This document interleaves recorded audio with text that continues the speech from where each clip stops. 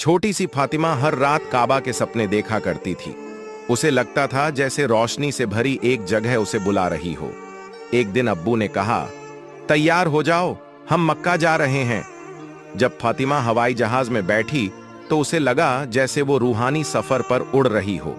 जब पहली बार उसने काबा को देखा तो खुशी से उसके हाथ आसमान की तरफ उठ गए और आंखों से आंसू बह निकले।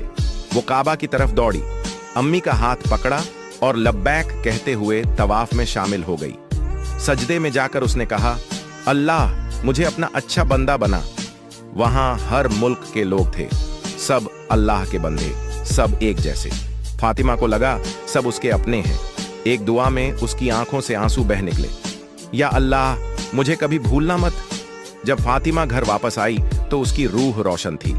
उसे यकीन था अल्लाह हर जगह सुनते हैं।